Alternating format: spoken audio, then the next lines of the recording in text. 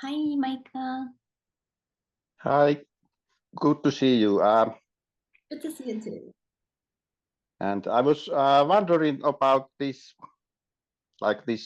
radical non-duality communication that somebody thinks that this communication is like 3,000 years old, and somebody thinks that it's like 30 years old. And like I have been in circles like a long time, like maybe in different circles, but like somebody I remember when like when Tony was starting to give like talks, and then there was like two parties. Like there was also Sailor Bob, which came from the Nisargadatta lineage, and there was those times like they were like two parties that they were like quarreling that who is the who is the right one, and I thought that maybe like I liked more the way of Tony, that it felt good. It was like hard hitting and did go to the end. And then there started to come like new speakers, like maybe like Tim Newman was quite similar to Tony, and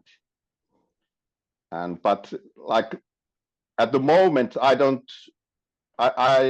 like the way that I get sometimes feeling that they are just like negating everything, and they sometimes that they doesn't even listen the question, and you doesn't get any like interaction in the way.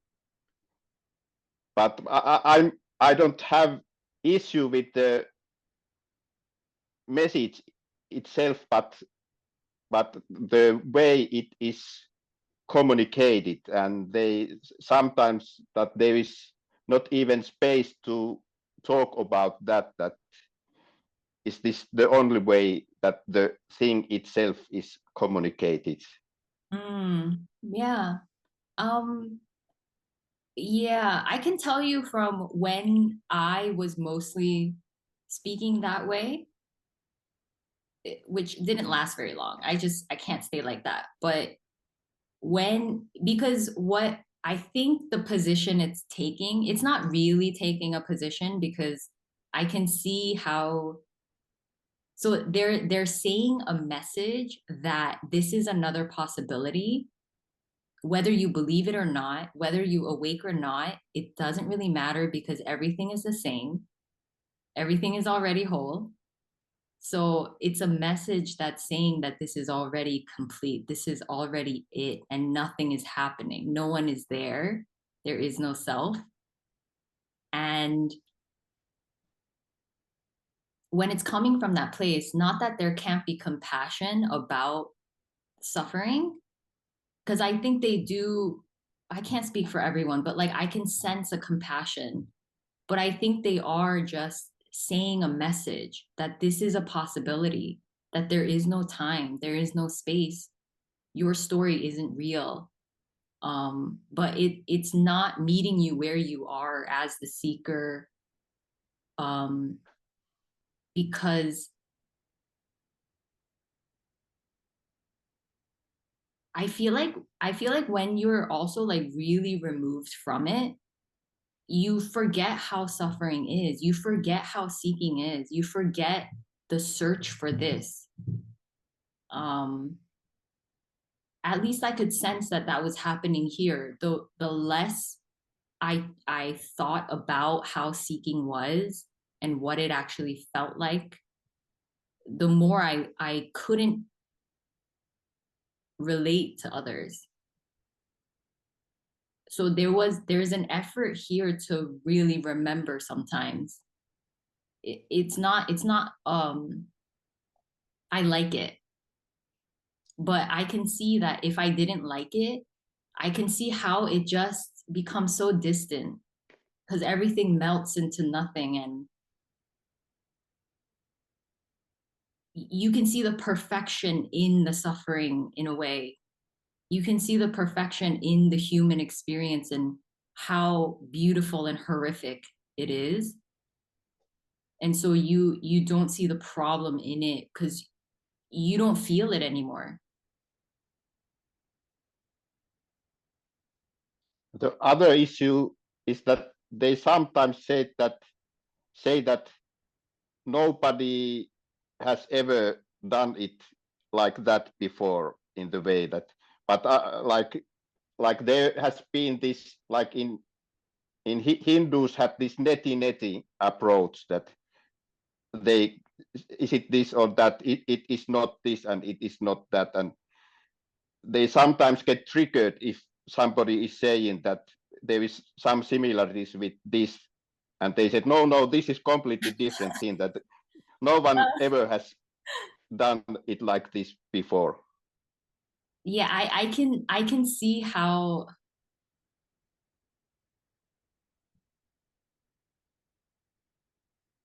they don't want to I don't think they want to address any type of practice because it's for that sense. And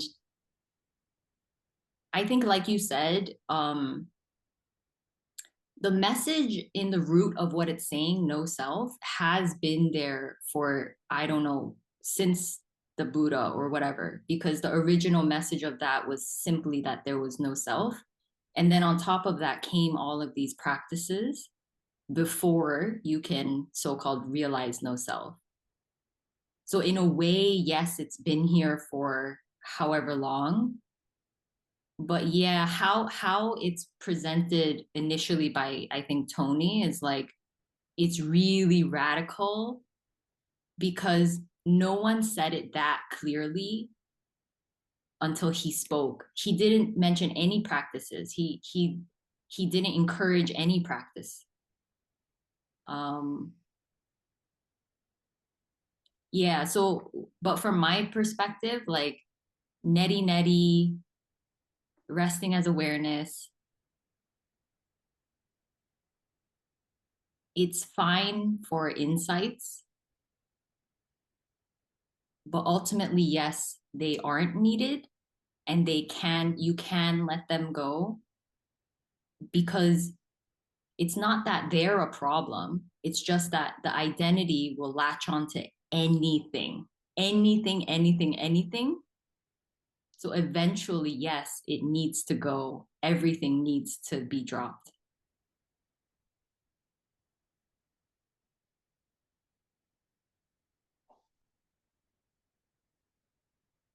Yes, I like the I like the radical way, but it's just like, it's just nice sometimes, like talk around things in the way, just like get more relaxed, and that you get the feeling that everything is allowed, that everything is okay, and everything is allowed. And sometimes if there's just one way coming, this negation, then then you just get the feeling that just better to keep quiet.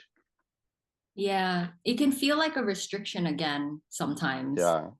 So yeah, I agree. Like it's really healthy and it's good to just speak whatever's arising right now and not pretend, oh, okay, no, that doesn't matter. That's nothing.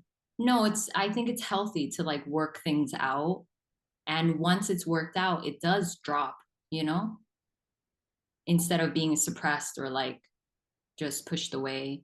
I'm not saying that that always happens. Sometimes like doing that can actually dissolve it, but not always. Yeah, so you don't have to be a certain way or stick to a certain way of speaking or yeah, this is about freedom and Yeah, um there was like Andreas Müller, Tim Newman has visited many times Finland, and I went to see Tony to Dublin. But like Andreas Müller is one who is like same way uncompromising, but there was like this like more this playfulness, and in the way that you just don't get the feeling that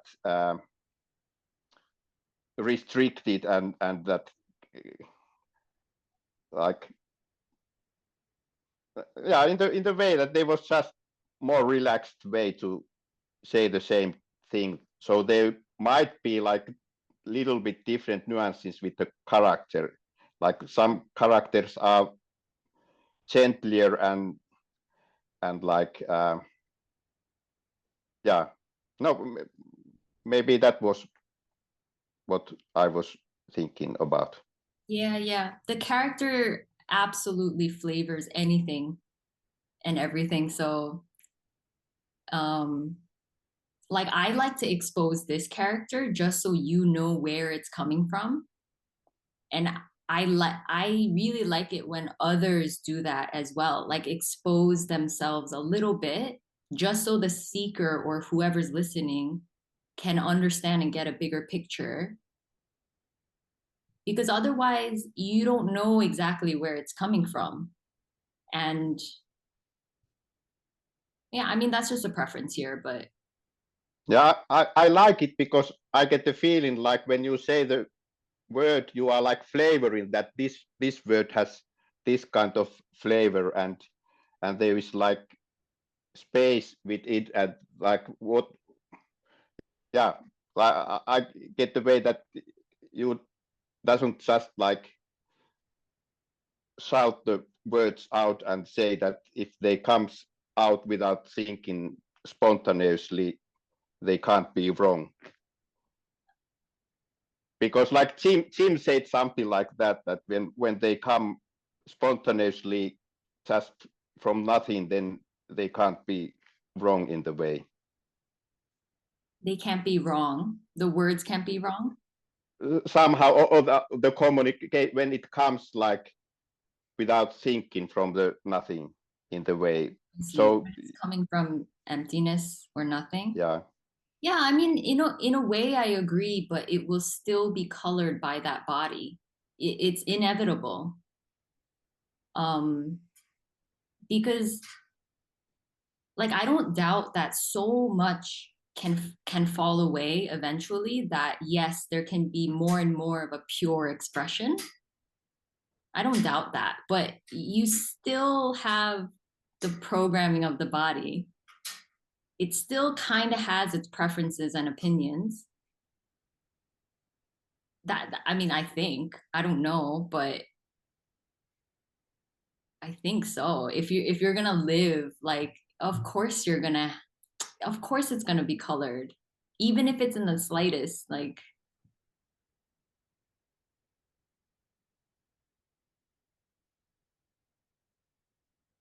yes, okay, thank you. okay, yeah, thanks so much. That was great.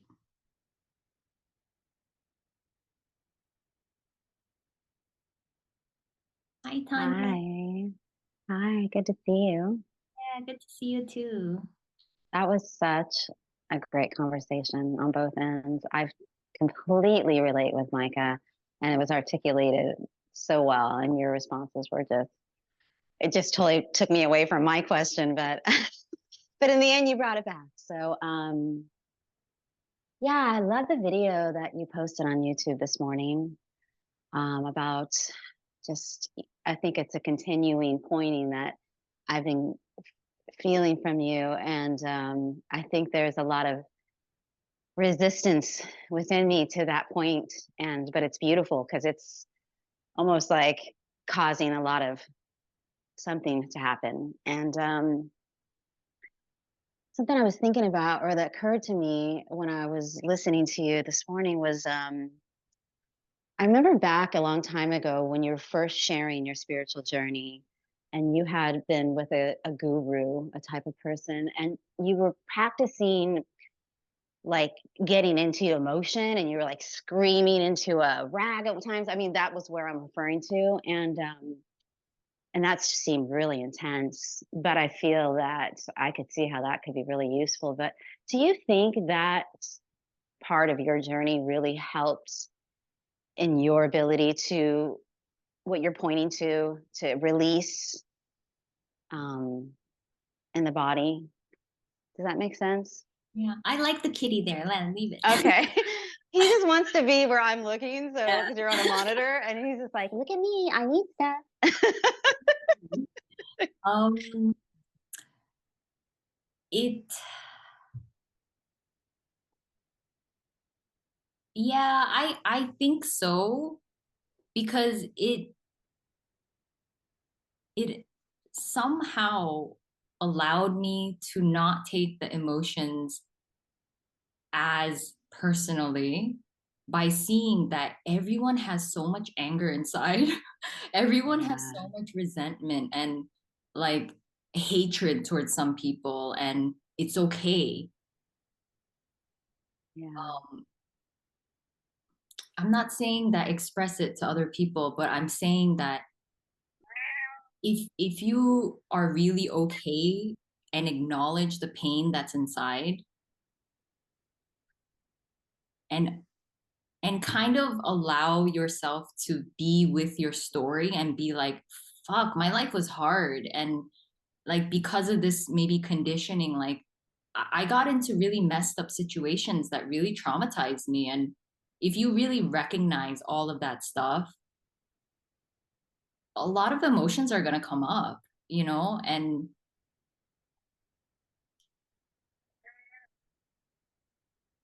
I don't, what the thing that you're referring to, there was still a pretty solid person there. Not solid, but like a good amount of a sense of identity there that was still like resistance to that much anger or like that much sadness and feeling identified with that. But in a way, I think it got somehow the system accustomed to, yeah, feeling the intensity of certain things, allowing myself to be like, to open up to all of the suffering that was actually here and recognizing the depth of it. hmm um how entwined it was in your body. yeah, I mean, so for one example, like most of it didn't come up until the self was really confronted. hmm And I mentioned before, like I had a falling out with my mom while the sense of self was just so depleted, no energy. And I saw the worst in my mom. For some reason, it perfectly coincided that she showed me her true colors. mm So there was a big grieving process there, and there wasn't even a fighting. It was more of an acceptance, like I'm glad I saw it. And we had a lot of distance, and I was ready to let her go in a way. mm. I wasn't willing to sacrifice myself anymore. So, but ironically, in that, she completely shifted because she thought she was losing me. But I Like a didn't big, accept that. yeah, like a big energetic explosion almost that rippled Yeah. into And, her too. and I can say, like, when that happened, oh, the grief inside here was so immense. Mm, But I, somehow the body was able to just not even be with it. The body was paralyzed. I couldn't even say that it was processing it. I don't know what was happening, but I just laid in bed and cried. Um, and I do think that getting used to intense emotions somewhat helped in that. yeah, wow, that's really a cool story. You know, yeah, I feel that in here there's I've had a challenging story, and I've been through a lot, and I think this me prides itself on I've healed, I've gotten through it, I've dealt with it, I've accepted But I think energetically, there may be dams that were put up that say I accept it, but I don't know that it's truly been processed in my body. And it's something that's coming up. So I'm loving this pointing. I'm so triggered by it. I've been doing shit that I don't even like. I'm like, are we gonna and again, exhausting. I keep saying, God, is this gonna exhaust itself out? I can't wait. Come on, body, you know, but it's just also beautiful. And I'm just so grateful for this time with you and all that you put out. And again, back to Micah's point, you know, each character has its own flavor, and whew, we just gravitate to the characters that are speaking to us energetically. And I'm so grateful that you feel joy and passionate about how you share this message. Thank you. Oh, thank you so much, Tanya. Thank you.